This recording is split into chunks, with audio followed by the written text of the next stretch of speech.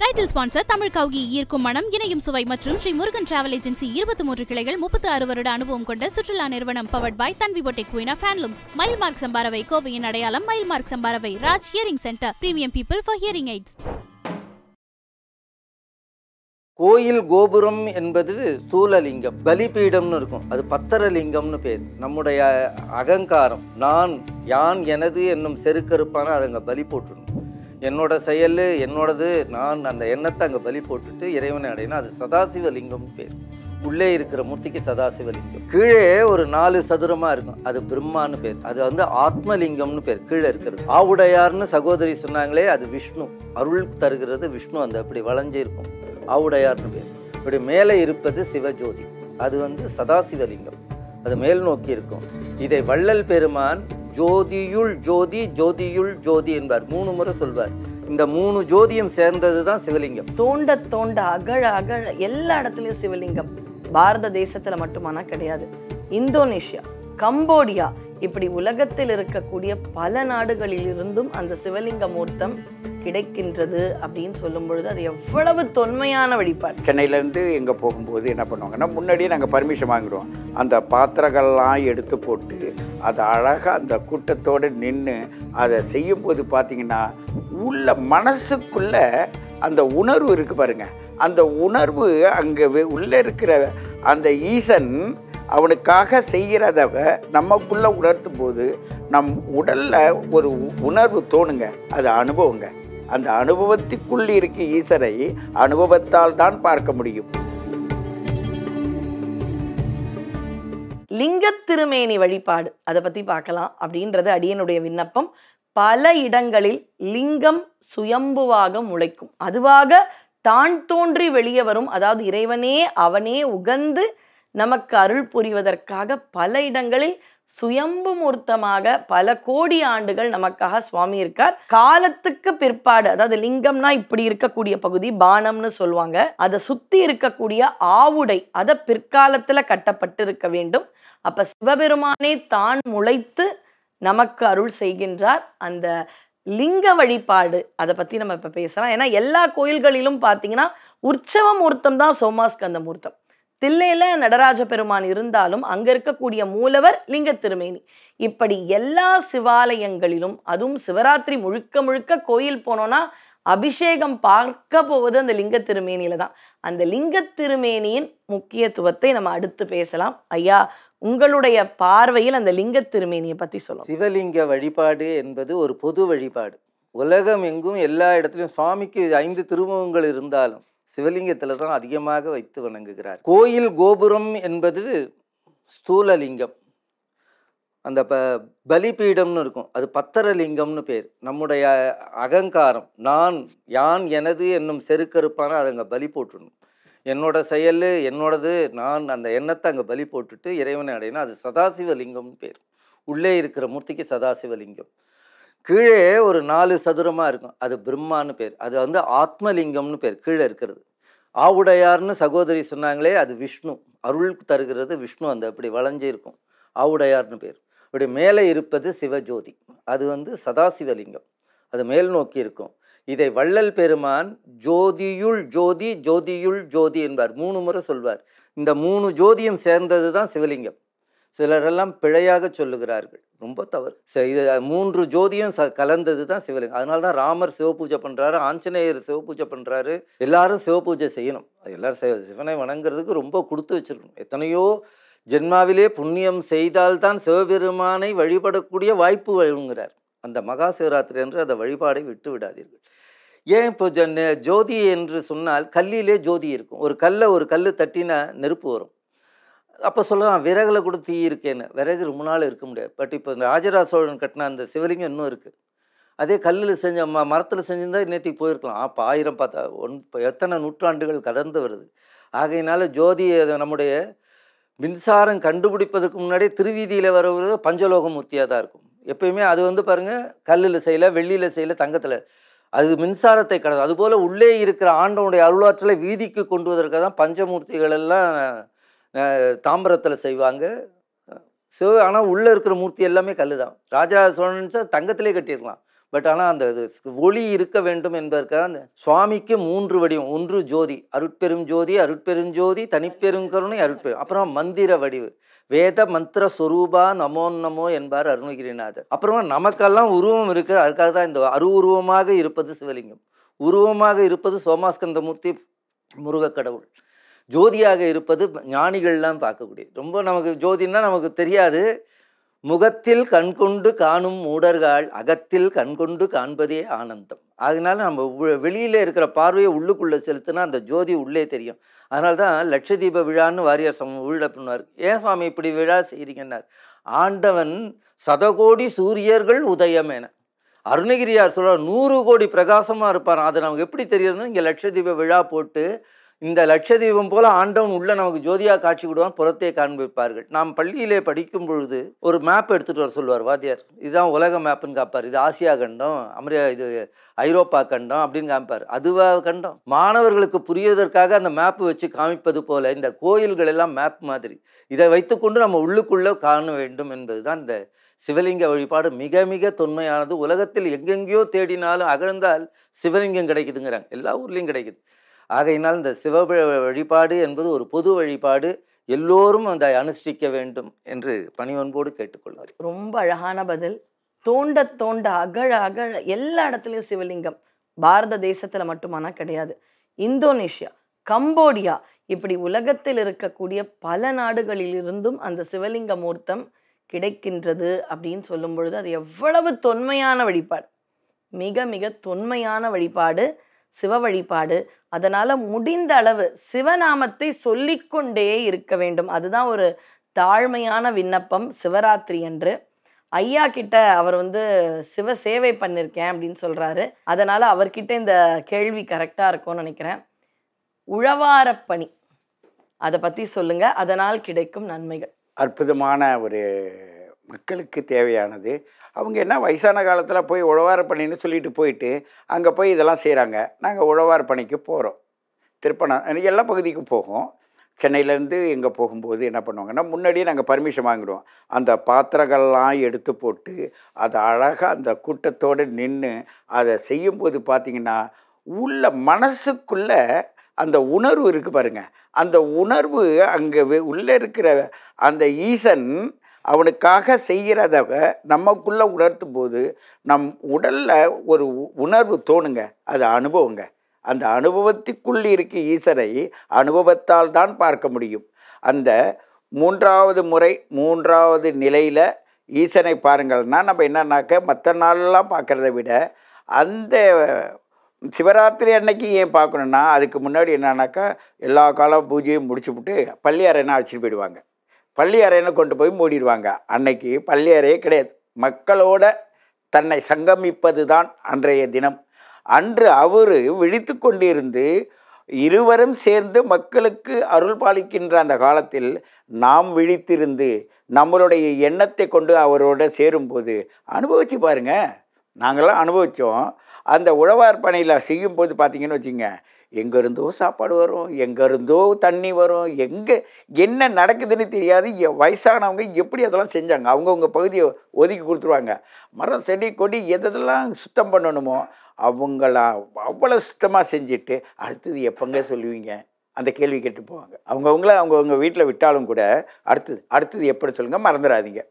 இது அனுபவ ரீதியாக அவரவர்கள் அந்த வயசுக்கு அவங்களுடைய அறிவின் ஆற்றலின் பிரகாரம் அனுபவத்தை தேடி யாரெல்லாம் ஈசனை தேடணும்னு நினைக்கிறாங்களோ எப்படியாவது ஒரு பணிவிடை செஞ்சாது அந்த ஈசனை பார்க்கணும்னு சொல்கிறத அங்கே பார்க்கலாம். நம் உடலில் உழவார் பணி எப்படி செய்கிறோம், அது அண்டத்தில் நடக்கிறது. பிண்டத்தில் எப்படி செய்கிறோம், காலையில் எழுந்திரிச்சு குளித்து முடிவி பல்லெல்லாம் துளைக்கிட்டு அந்த 32 வரிசைகளை சுத்தம் பண்ணிவிட்டு நாவை சுத்தம் பண்ணிவிட்டு அண்ணாக்கை சுத்தம் பண்ணிவிட்டு எல்லாத்தையும் முடிச்சுட்டு வந்த பிறகு சில பேர் என்னென்னா தண்ணியை விட்டு அப்படியே தண்ணி எடுத்து துப்புவாங்க. சில பேர் நல்லெண்ணெய் விட்டு வாயை கொப்பளிப்பாங்க. இதெல்லாம் பண்ணிக்கிட்டு முடித்த பிறகு அந்த 3:30 மணிலேருந்து 4:30 மணி 5 மணிக்கு நீங்கள் பார்த்தீங்கன்னா உங்களை அறியாதே உங்களை திருப்பி போடும். ஏனென்றால் சூரியனும் சுக்கிரனும் சந்திக்கின்ற நேரத்தில் விடிய காலையில் நம்ம பூமிக்கு அது அங்கே வர்றதை இங்கே அந்த நேரத்தில் தூக்கமும் வராது, தூங்கவும் விடாது. அப்படிப்பட்ட நேரத்தில் உழவார பணி எப்படி பண்ணுவான்னா, சில பேர் இழுத்து போத்திட்டு படுத்துக்குவான். சில பேர் என்னன்னாக்கா டம்முன்னு எழுந்திரிச்சு உட்காந்துக்குவான். அவங்கவுங்க வயசுக்கும் அனுபவத்துக்கு ஏற்ற மாதிரி உள்ளே நடந்துகிட்டு இருக்கு. இதில் அண்ணாக்கில் இருக்கின்ற அந்த லிங்கத்தை உன்னுடைய சிந்தையால் பார்க்கின்ற போது என்னை ஒருவர் கேட்டார், ஐயா ஒரு சிலை வச்சுருக்காங்க, ஆனால் அதுக்கு கீழே ஒரு சின்ன கழுத்து வரையும் சிலை ஏன் வச்சுருக்காங்கன்னாங்க. ஏன்னு கேட்டால் நவக்கோள்கள் 9 கோள்களும் 9 துவாரத்தில் தானே இருக்குது. அந்த 9 துவாரத்தில் உடம்பு ஃபுல்லாக தானே இருக்குது. அது தலையை மாத்திரம் வச்சா 9 கோள் இருக்கா, 9 துவாரம் இருக்கான்னு கேட்டாங்க. இருக்குங்கன்னு. எப்படி சொல்லுங்க ஆனாங்க.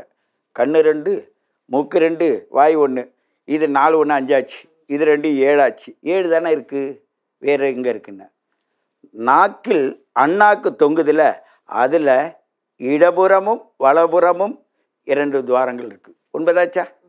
அதனால் சிரசை மட்டும் எடுத்து அங்கே வச்சுருக்காங்க. அப்போது உன்னுடைய சிரசுக்கு மேலே இருக்கிறது தான் விஷ்ணு பாகம். இந்த சரீரம் இருக்குல்ல, இந்த சரீரத்தில் மையப்பகுதி நாங்கள் ஜோதிடத்தில் என்ன செய்வோம்னா 10 பாகை என்ன இருக்குது, 10 பாகை என்ன இருக்குது, 10 பாகை என்ன இருக்குது. இந்த கிரகம் போய் எந்த 10 பாகைக்குள்ளே உட்காந்துருக்கோ, சிரசு சம்பந்தமான பிரச்சனை இருக்கா, உடல் சம்பந்தமான பிரச்சனை இருக்கா, கால் சம்பந்தமான பிரச்சனை 10 டிகிரி 20 டிகிரி 30 டிகிரின்னு எடுத்துக்குவோம். இல்லை 9 பாதம் 9 பாதம் 9 பாதம் அப்படி எடுத்துக்கிட்டு அந்த 3 பாதமாக எடுத்துக்குவோம். அதை அந்த 27 நட்சத்திரத்தை அதுக்குள்ளே கொண்டு வரும். அப்போது அண்டத்தில் இருப்பது நட்சத்திரம் மூலமாக பிண்டத்தில் பார்க்கும்போது பிண்டத்தில் இருக்கின்ற அந்த அணு ஆற்றல் என்ன செய்யுதுன்னா உணர்வு, உணர்ச்சி 2ஆக பிரியுது. 5 பூதங்களில் தீயாகவும் காற்றாகவும் சிந்தனையாகவும் மண்ணாகவும் நீராகவும் 5 பூதமும் இந்த 5 விரல்லே இருக்கிறதுனால வர்றவங்களெல்லாம் 5 பூதம் மனசார வணங்குற சிவாய நம, சிவாய நம, சிவசிவா. தப்பு செஞ்சால் சிவசிவா, அவங்களோட நம்மளோட சேருனா சிவாய நம. அப்போ பஞ்சாசரம் 51 என்ன செய்யுதுன்னா நம்ம சரீரத்தை பிரித்து வச்சுருக்காங்க. அந்த பிரித்து வச்சிருக்க அண்டத்துக்குள்ளே தான் இந்த உமிழ்நீர் சுரக்குது. அந்த உமிழ்நீர் சுரக்கும்போது அதில் அந்த 2 துவாரத்தை திறக்க தெரிஞ்சவனுக்கு தான் உங்களுக்கு அந்த சிவனுடைய இரவு பகல் தெரியும். சுவாசம் உள்ளே போகுது. அந்த சுவாசத்தை இந்த அண்ணாக்கிற்கு இடதுபுறமும் வலதுபுறமும் இருக்கின்ற அதுக்குள்ளே கொடுத்து சுவாசத்தை கொடுத்து அந்த அமிர்தத்தை சுரக்க வைக்கணும். அந்த அமிர்தம் ஒரு முறை சுரந்துட்டா போதும். அதுக்கு பிறகு நீயும் சிவனும் ஏக நிலைக்கு வந்து ஏக தத்துவத்தின்படி இந்த பிரபஞ்சத்தில் தீங்கும் கிடையாது, நன்மையும் கிடையாது, நீயும் கிடையாது, நானும் கிடையாது. ஏனென்றால் இந்த பிரபஞ்ச ரகசியம் அவ்வளவு நுட்பமாக நம்ம சரீரத்துக்குள்ளே இயங்குவதை உணர்ந்தால் போதும். என்றும் சிவராத்திரி தான். உழவாரப்பணி அப்படின்னு நினைக்கும் பொழுது கோயிலை சுத்தப்படுத்துறது, கோயில்கிட்ட இருக்கிற குளக்கரைகள் அதெல்லாம் நினச்சோம். ஐயா உள்ளுக்குள்ளேயும் ஒரு உழவாரப்பணி அப்படின்றது இருக்குது அப்படின்னு சொன்னார். உழவாரப்பணி அப்படின்னு சொல்லும் பொழுது நாவுக்கரசர் தான் ஞாபகத்துக்கு வராரு. தன் கடன் அடியேனையும் தாங்குதல் என் கடன் பணி செய்து கிடப்பது.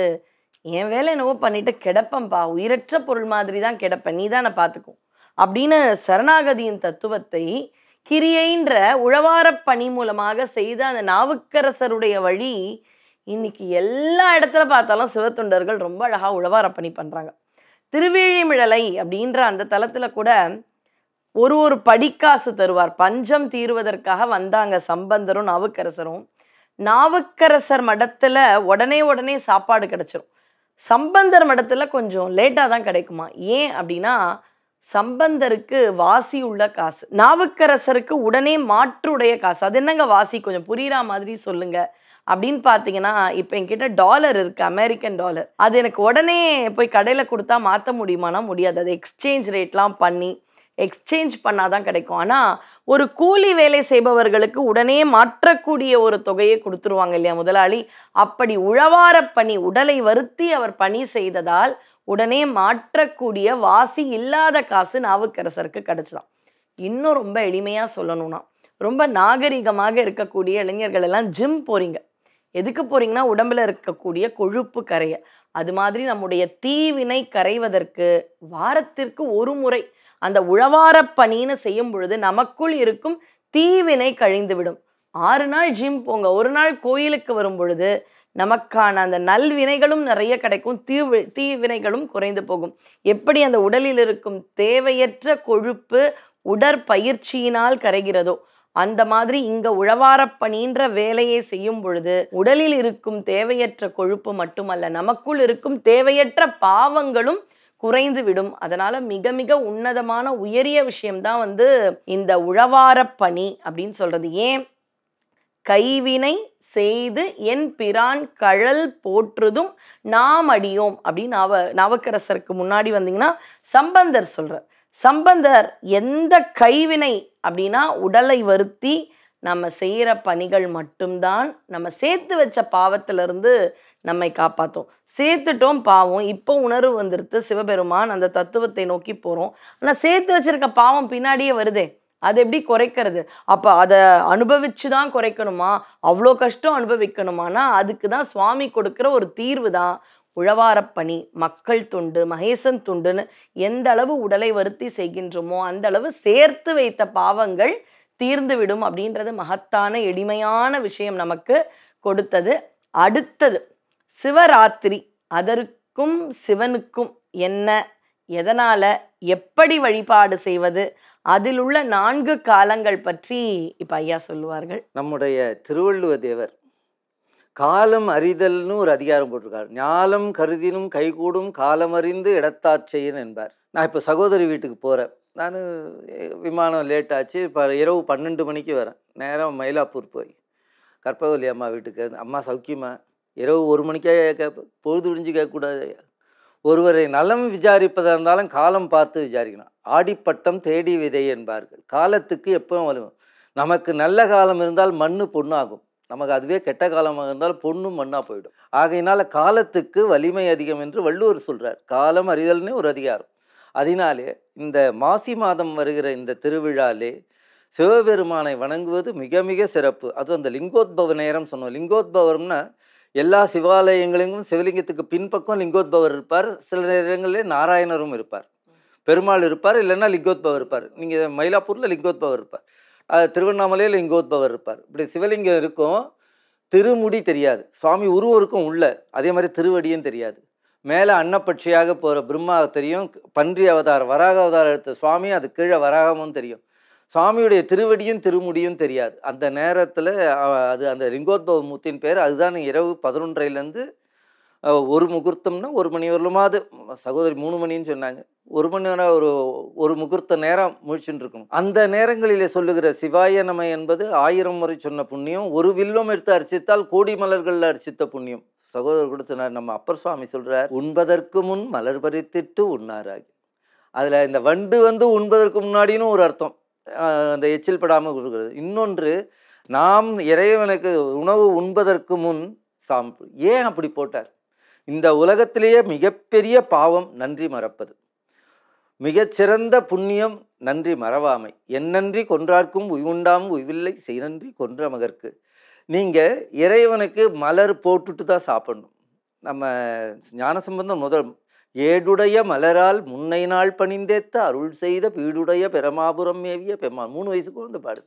நான் போன ஜென்மாவில் பூ எடுத்து பூஜை பண்ணேன்டா, அதனால தான் அம்பாள் எனக்கு பால் கொடுத்தாங்க. அவங்க அப்பா கேட்குறாரு, கண்ணா உனக்கு காட்சி கொடுத்த சிவபெருமானே எனக்கு காட்சி. அப்பா நீ இப்போ தானே பூஜை பண்ணுற, நான் எத்தனையோ காலமாக ஏடுடைய மலரால் முன்னை நாள் பணிந்தேத்த அருள் செய்த.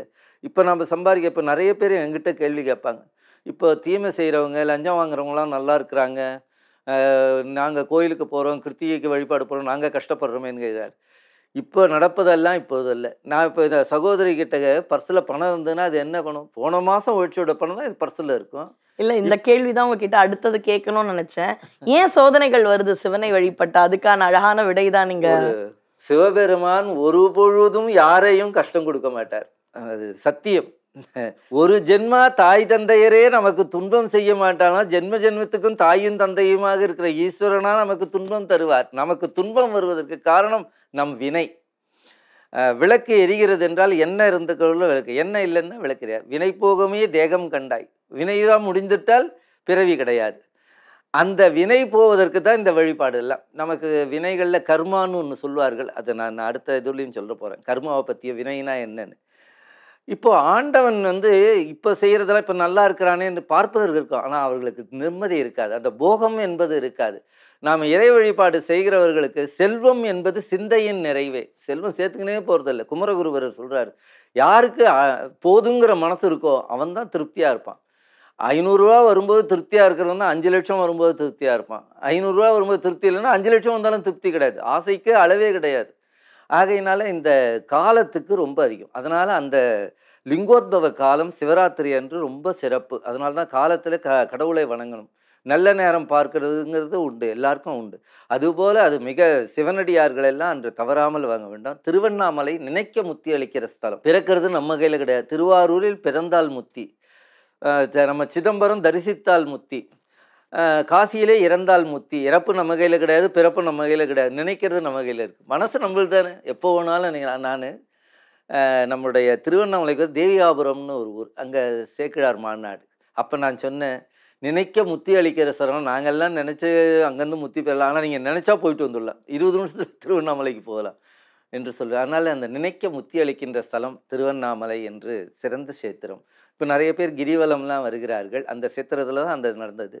இன்னொன்று பெரிய மகிமை என்னென்னா, வேதம், ஆகமம், புராணம், இதிகாசம் என்று நம்முடைய இதில் வரும். இந்த வேத ஆகமம் சிவபெருமானாலேயே சொல்லப்பட்டது. அதில் 28 ஆகமங்கள், இப்போது 7-8 ஆகமம் தான் இருக்குது. அதில் மிகச்சிறந்தது தேவி காலோத்திரம்னு பேர். சிவபெருமான் அம்பாளுக்கு சொன்ன நாள் சிவராத்திரி.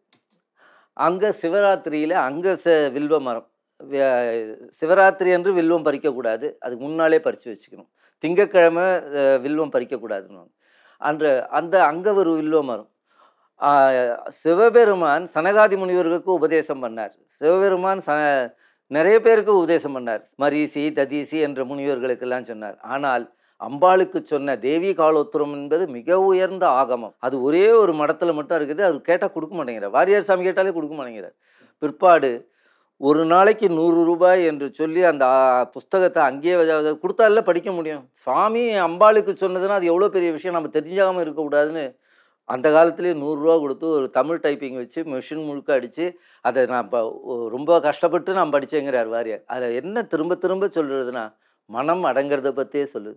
சித்தியெல்லாம் பெற்றாலும் செனமிறக்க கற்றாலும் மனமிறக்க கல்லார்க்கு வான். ஊருக்கெல்லாம் உபதேசம் பண்ணோம், நம் மனசு அடங்காது. மனசை அடங்கணும் இல்லையா?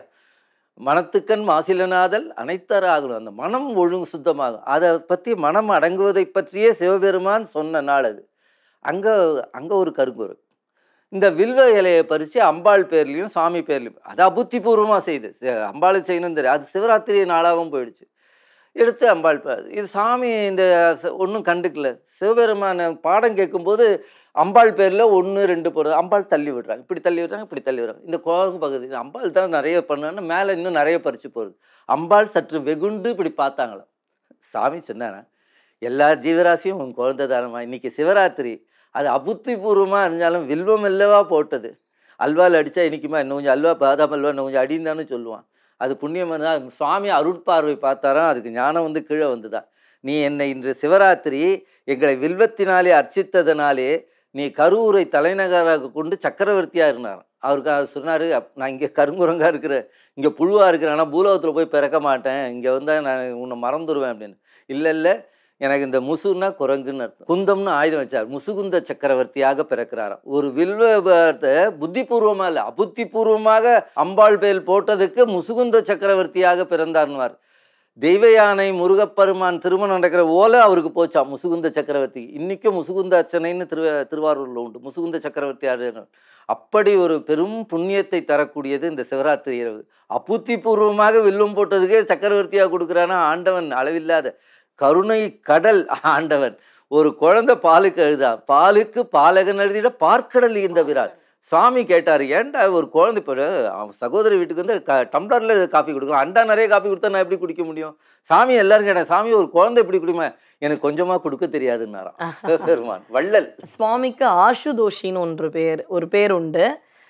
கல்கட்டா மாதிரியான இடங்கள்ல அசுதோஷ்னே வைப்பாங்க. கேட்டதை அளவுக்கு அதிகமாக கொடுக்கக்கூடியவர். இப்போ ஞானசம்பந்தர் கைவலிக்க கைத்தட்டி வராரு, உடனே தங்கத்தால பொற்றாளம், அந்த பொண்ணுக்கு ஓசை வராது, அதனால அம்பாள் ஓசை கொடுத்ததால ஓசை கொடுத்த நாயகின் திருக்கோலக்கா. ஒரு அப்பா இருப்பார், ரொம்ப ஒரு கருணையான அன்பான அப்பா.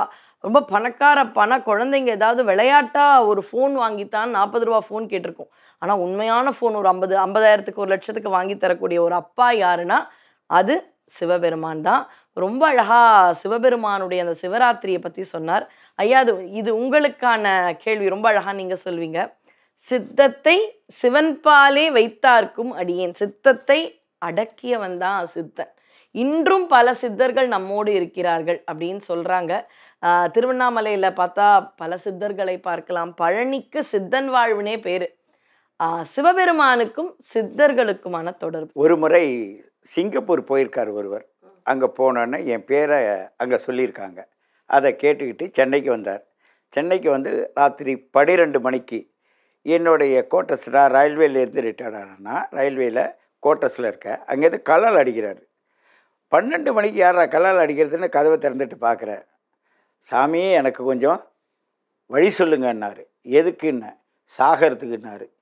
சாகரத்துக்கு வழி ராத்திரி 12 மணிக்கு என்கிட்ட ஏன் கேட்குற? கதவை திறக்க சாமி முதல்லன்னா. சரின்னு கதவை திறந்து விட்டேன்.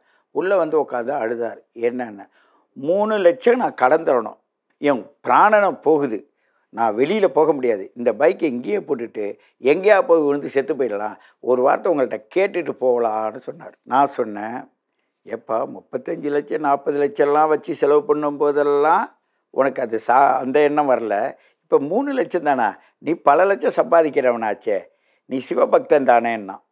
எப்படி சொன்னீங்க சாமின்னா? இந்த சிவபக்தருக்கும் விஷ்ணு பக்தருக்கும் என்ன வித்தியாசம் தெரியுமா? முகத்தை பார்த்தால அகத்தை தெரிஞ்சுக்கலாம். குறுக்க கோடு விழுந்தா அவன் சிவபக்தன், நெட்டுக்கு கோடு விழுந்தா அவன் விஷ்ணு பக்தன். அறிவை ஒருங்கிணைத்துக்கிட்டே இருப்பான். இவன் ஏக நிலையில் எல்லாரும் நல்லா இருக்கணும் எல்லாரும் நல்லா இருக்கணும்னு இவன் தான் கதையை பேச போய் எல்லோரும் நல்லா இருக்கணும்னா ஆசீர்வதித்தேன்னு அவர் சொல்லி விட்டுருவார்.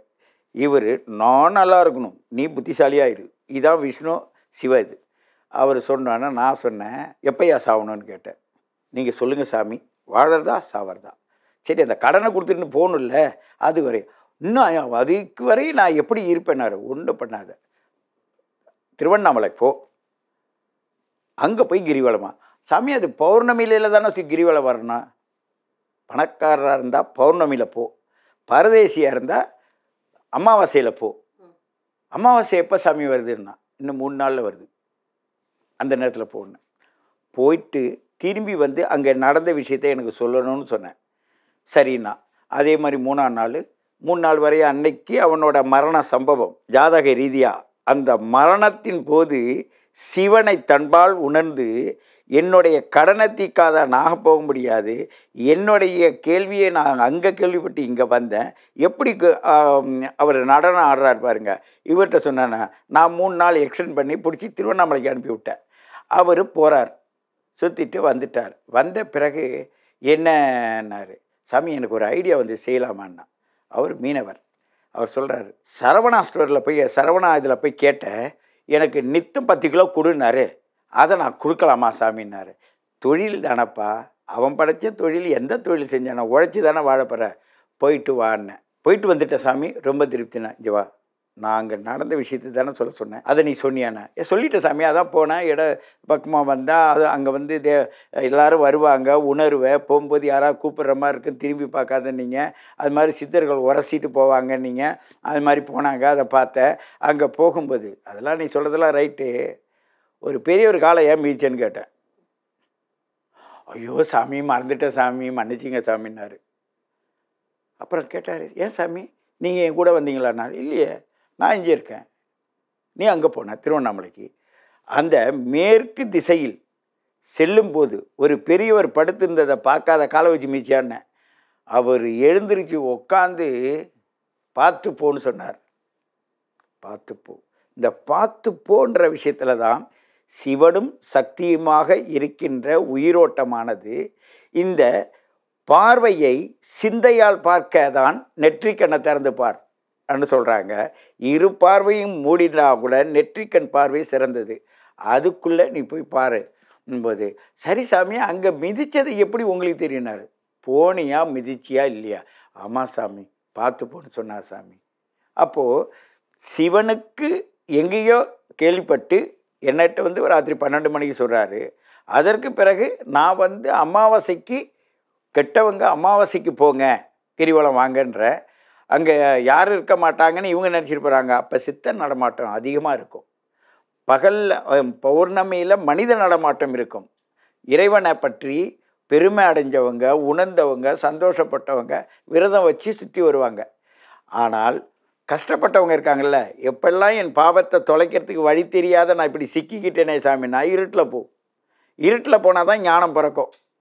அதுக்கு தான் நான் எழுதும்போது என்னுடைய பாடலில் எழுதியிருப்பேன், பகல் இரவு என்பது போதி மரம், பகல்தான் உனக்கு ஓடுதலம். நீ வாழ்ந்த வாழ்க்கையை நீ பார்ப்பதற்கு பகல் பொழுது உனக்கு உதவி செய்யும். வாழப்போகிற வாழ்க்கையை நீ உணர்வதற்கு இரவெல்லாம் கனவு கண்டால்தான் உன்னுடைய சிந்தையானது உனக்கு ஒரு தெளிவை கொடுக்கும். அதனால் இரவு பகலுக்கு தூக்கம் இல்லை. அப்படி இருப்பவன் தான் சிவபெருமான். அப்படி இருக்கிற இடத்துல அந்த ஈசனை நம்பி அங்கே போய் படுத்து இந்த பெரியவர் காலை மிதிச்சு இல்லை, அந்த பாதத்தை பார்த்தாவோட அவர் எழுந்திரிச்சு உட்கார். அவர் எழுந்திரிச்சு உட்கார்லப்பா, உன் வாழ்க்கை எழுந்திரிச்சு உட்காந்துருக்கு, இனி போய் நீ பொழைச்சிக்கோ அண்ணா. இன்னைக்கு அவங்க கோடீஸ்வரர். அருமை. இது அனுபவ உண்மை. டைட்டில் ஸ்பான்சர் தமிழ் கௌகி, ஈர்க்கும் மனம், இணையும் சுவை மற்றும் ஸ்ரீ முருகன் டிராவல் ஏஜென்சி 23 கிளைகள், 36 வருட அனுபவம் கொண்ட சுற்றுலா நிறுவனம். Powered by Tanvi boutique queen of handlooms. Mile mark சம்பாரவை, கோவையின் அடையாளம் மைல் மார்க் சம்பாரவை. Raj hearing centre, premium people for hearing AIDS.